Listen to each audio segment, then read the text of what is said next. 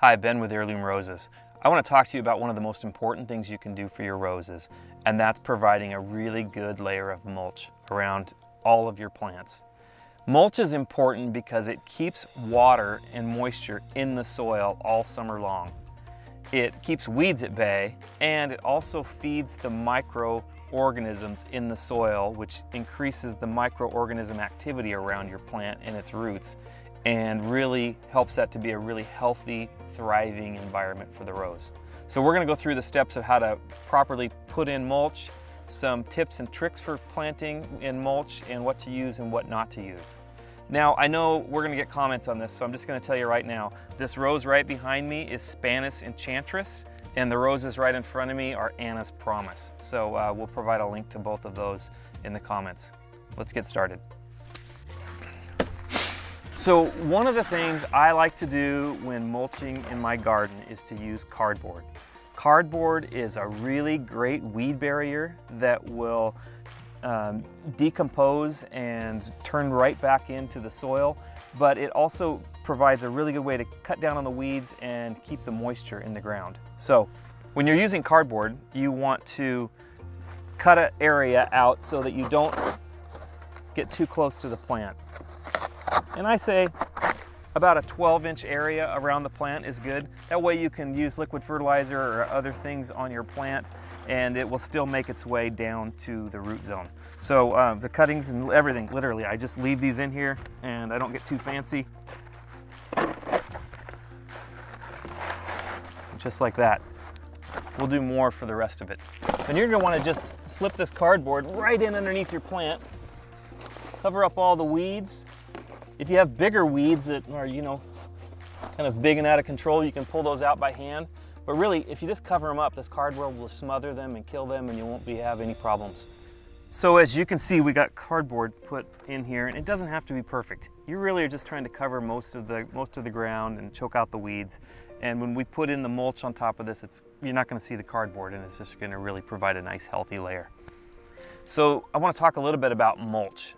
Now, this really nice black mulch that I have here is mint compost. Mint compost is a byproduct of making mint oil.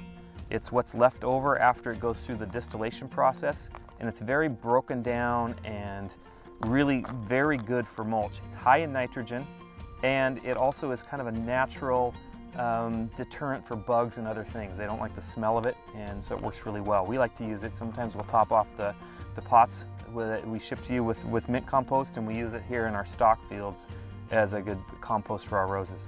So we're going to spread that out, but I want to talk a little bit about other types of mulch. You can certainly get garden mulch from your local garden supplier or your bark dust supplier, and that's fine, that's all good. But one thing, you might be tempted to use horse manure or cow manure, and those can be a really good mulch, but you want to make sure that they're very well aged and that they've sat in a pile and gotten very hot so that it kills all the seeds.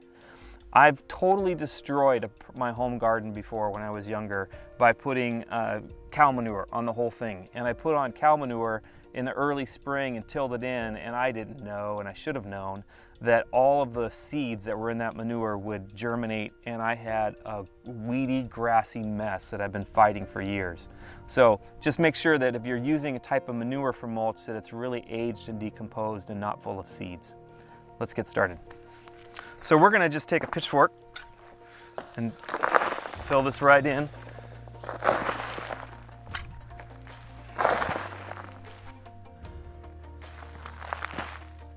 Okay, so now we have about 3 to 4 inches of really good mulch spread all around these. We've covered up the cardboard, and remember, we left a cutout of the cardboard around the plant. Part of the reason we do that is for our drip line, so that the water can get down there.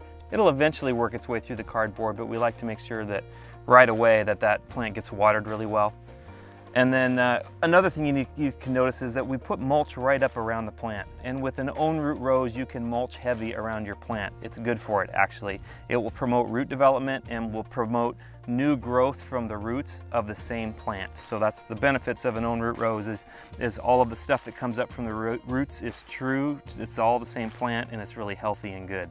So it promotes that by mulching heavy around your plant. One question we get from customers is when's the perfect time to mulch? Well, the perfect time to mulch is ideally in the wintertime because you don't have growth on your roses, and if you mulch just after you prune, it's really easy to spread the mulch around. But really you can mulch anytime you want. Right now it's early spring here in Oregon, it's June and the roses are in bloom, but it's fine. You can really mulch anytime. There's no proper time to mulch, but it's probably a little easier to mulch in the early spring right after you prune, or the wintertime when roses are dormant. For more information on growing roses and to shop for own root roses for your garden, visit us at heirloomroses.com.